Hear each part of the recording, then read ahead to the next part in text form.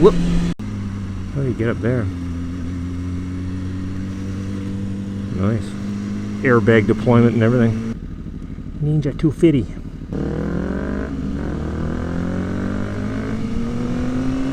Two Brothers exhaust or something on there. Sounds better than my bike. Damn it! The scooter does 100 kilometers an hour. 50 double R. What a marvellous erection, eh? Llevarte como mínimo de un buen susto. 50 double R. A Kimco Super Ego double R. 150 double R. Double R.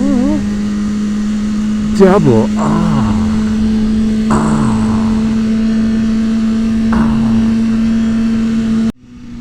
This is the best summer I've ever experienced in Vancouver. Like hands down. The rain, there's been hardly any rain at all. It's almost it's almost a bit of a problem actually, because there's a lot of forest fires going on and shit. But the reservoirs are low. We're back in it. Almost every summer there's some sort of watering restriction, or water use restrictions in Vancouver, and they go on and on about how we have to conserve water and how we use so much more water than they do in Europe and blah blah blah blah blah. The geography of Europe is somewhat different to the geography of Vancouver. This is a rainforest. There's a lot of water. In my view, they basically have very poor planning skills, and that's why there's a shortage of water. It has nothing to do with there being a lack of water in the area. It's just they're not willing to actually add any capacity.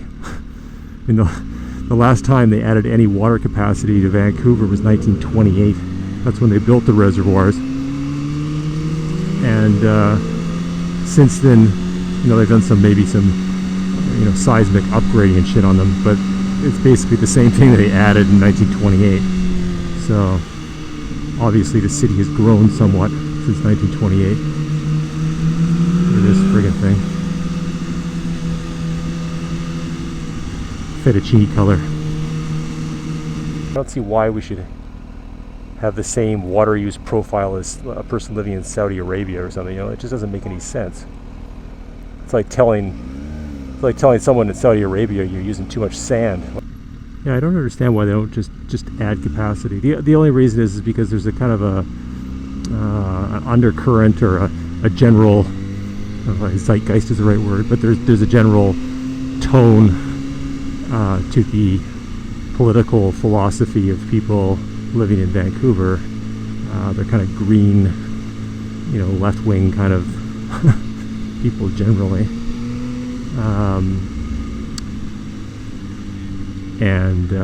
So the natural knee-jerk reaction to any sort of issue is recycling and conservation. That's like,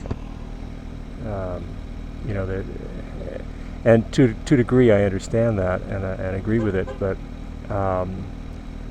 when it gets to the point where they're telling you to you have to shut off the water when you're brushing your teeth and not flush the toilet, only flush the toilet every second time, it's like, why? Because you don't want to, because you don't want to add the water capacity required for like a 3,000% increase in the population that's happened since 1928. What the fuck? At some point, conservation just becomes a ridiculous sort of method to cope with the problem.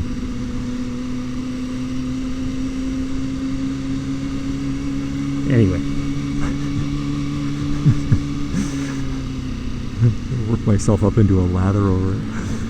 It's silly. Obviously I did not engage in any of the sort of water restriction bullshit. At some point, the funniest thing is, they have restrictions on watering and washing your car and shit, and the neighbors are turning in neighbors not for any, not even for any reward, just because they're, you know, they're I don't know, obsessed with water rationing.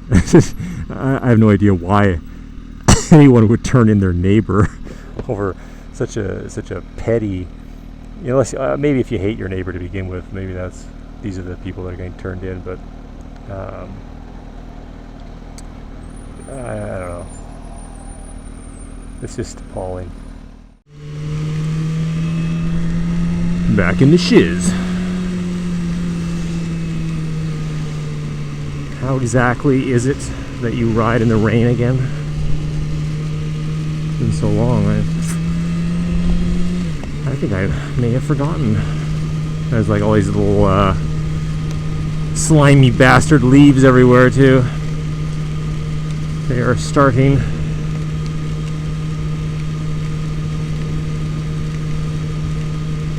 This is like the first decent amount of rain in decent amount of rain in I don't know, a long time. Months and months. I'm not gonna make that. If it were dry, I would have made that, but you know, must dial it back.